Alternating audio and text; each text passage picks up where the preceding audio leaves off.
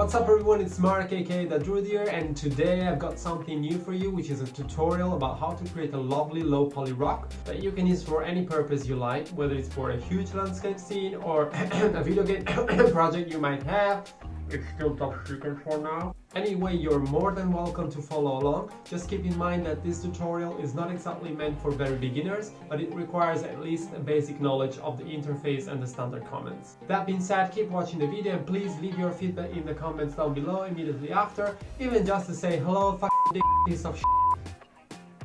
Or maybe just a cute emoji will be fine as well.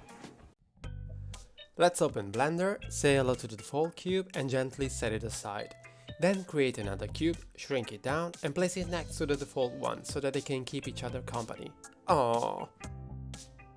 Okay, I'm kidding, just delete the fucking cubes and move over to the creation of our amazing rock! First of all, I use the cool add-on, which is free and already built within Blender. So you just need to go to the edit menu, click on preferences, add-ons, search for the keyword extra and you'll immediately find add mesh extra objects. This will give you access to a bunch of extra meshes you can create with the shortcut key Shift A, among which there's a very cool rock generator. It's full of options through which you can procedurally generate awesome rocks, boulders and possibly even mountains for your landscape scenes, why not? I personally didn't bother too much about all those options and only used the deformation slider until I found a starting shape that I liked. If you move to the modifiers tab, you'll find out the rock generator used quite a few modifiers in order to achieve that final result we picked. And since I want to work on it with sculpting, I need to apply all those modifiers, otherwise it'll be a glitch mess party. So you can either apply every single modifier one by one, or you can use another free built-in add-on, which is called Interface Modifier Tools, which simply adds a bunch of useful options to the modifiers tab, like this lovely button, Apply All. There's an even faster method, which is by using the shortcut key Ctrl A after selecting your rock and clicking Visual Geometry to Mesh, which will have the same effect like the Apply All button. I need to thank Grant Abbott and his amazing channel for this super useful tip. Thanks man! Now let's move to the sculpting tab. The first thing I did was to give a good remesh in order to be sure to have a good amount of polygons for my sculpting, since 2000 seems a bit too low for me. So I chose a value of 0.01 meter that was good enough for me.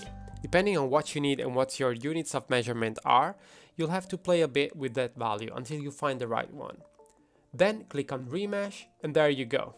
Now our rock has nearly 45,000 faces. Great. The only brush I used for this sculpting sesh is this one right here, which is called Scrape, which basically flattens the surfaces which are along the edges. I used the maximum strength to make sure the flattening effect was pretty well marked. Then I simply started flattening around the rock in a random way. I mean, it's a freaking rock, right? We're not sculpting a realistic face or whatsoever. Just make sure you turn the rock around and leave some small gaps between one flat surface and the other to achieve a better effect. Once you're satisfied with your rock, it's time to take care of a very important process: baking. It means we want to transfer all these sculpted beautiful details into another rock which has far less polygons. That's what you do pretty much every time you build a big scene in Blender, or let's say you want to create some assets for your video game project. Well, you need to be able to have potentially loads of these stones in your scene without the risk of melting your hardware because of a huge poly count.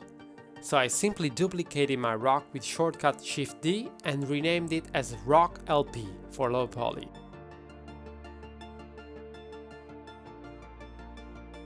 Then I reduced the polygons with the modifier Decimate a couple of times until I reached the far lower number of faces. Just don't overdo it, otherwise the baking won't give the best results. The more subtle are the details you want to transfer, the more polygons you will need in your low poly model. In fact, I realized after this video that I could achieve better results with around 1 to 2000 polygons per rock, instead of less than 150. You damn stingy druid! For the sake of good topology and also since I bought it, I decided to use the Quadremesher add-on, which you can try for free with a trial month to test how worthy it might be for your own creations.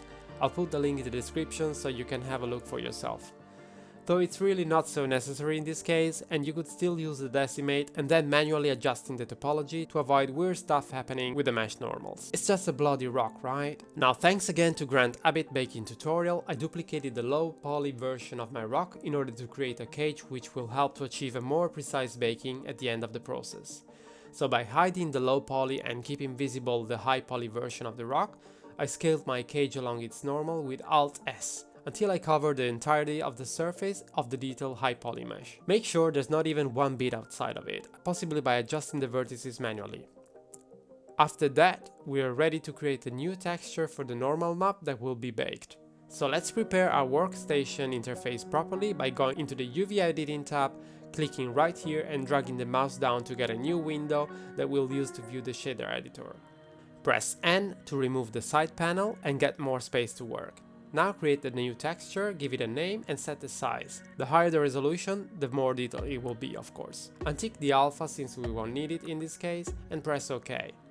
Here you can see I've got the UV map already because I was lazy enough not to start a rock from scratch on purpose for this tutorial and also made a mess within the process of creating this tutorial itself. But never mind. To get a UV map, just click on your rock, go into edit mode, select everything with A, press U and click Smart UV Project. Leave the settings as they are, except made before the island margin to give some space between one bit and the other of your open mesh, and press OK. Now that you've got your UV map, you can create a new material for the low poly rock in the shading editor and set the node for the image texture we just created by pressing Shift A, Texture, Image Texture, and finally selecting the texture from the small menu here.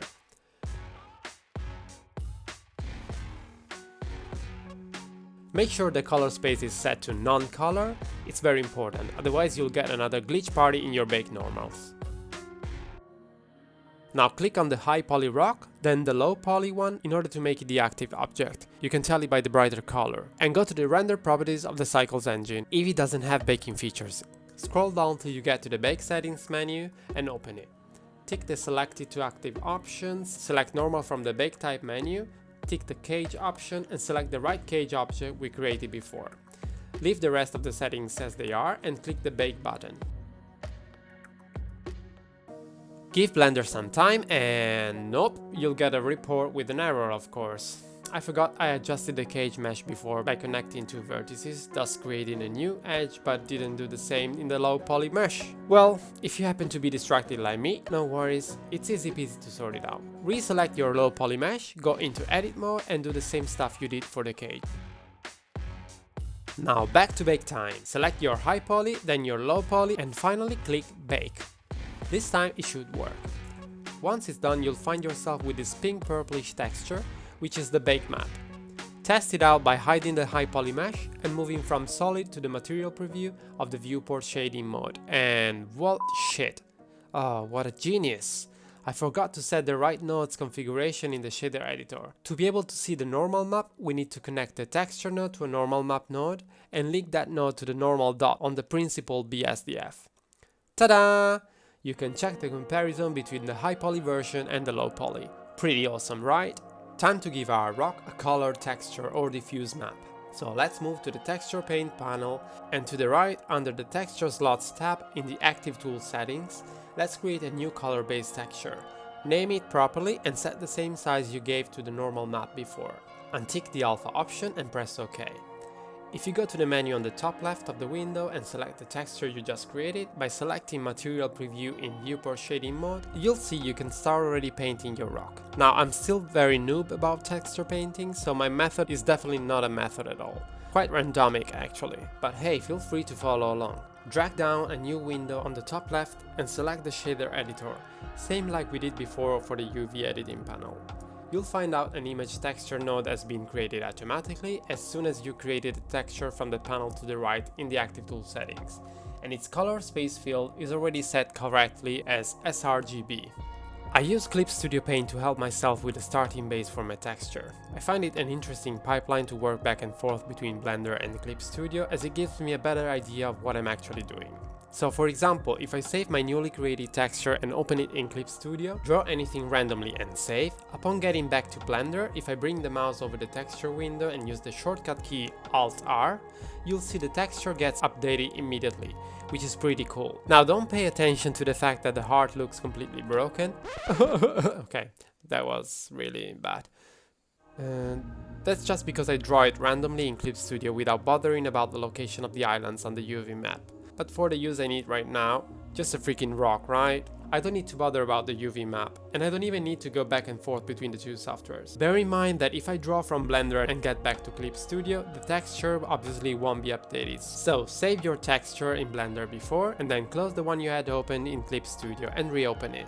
This way you can go back and forth without any issue. So I made this very basic texture and applied it to my rock. Then from here starts my randomic workflow. To make your creative process smoother, you can use shortcut keys like F to adjust the radius of your brush and Shift F to adjust its strength. And if you're using a graphic tablet with a pressure sensitive pen like me, you can toggle the option for that too by clicking the pressure symbol next to the sliders. Don't forget you can quickly pick a color by pressing the S key and moving the mouse over it. It will automatically be added to the current color palette. I set the speed of the video to 4 times faster now, not to make this video longer than it is already. I'm sure you'll still be able to understand what I'm doing if you're following along. Basically, I'm just brushing around the rock, alternating the blending between multiply, usually used for adding shadows and darkening colors, screen, mostly used for lighting, and mix, which corresponds to the option normal on any PSD-like image editor. Somehow I try to follow the roughness of the rock along the sharpest edges by giving them a bit more light with a standard brush, and then moving to the smear brush to blend the borders and making it more natural-like. The bigger the smear brush is, the stronger the blend effect will be.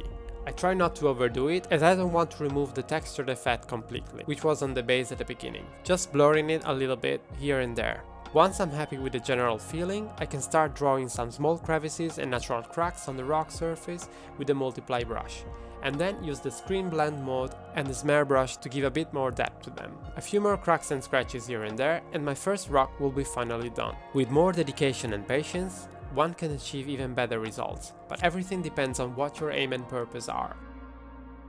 That's it!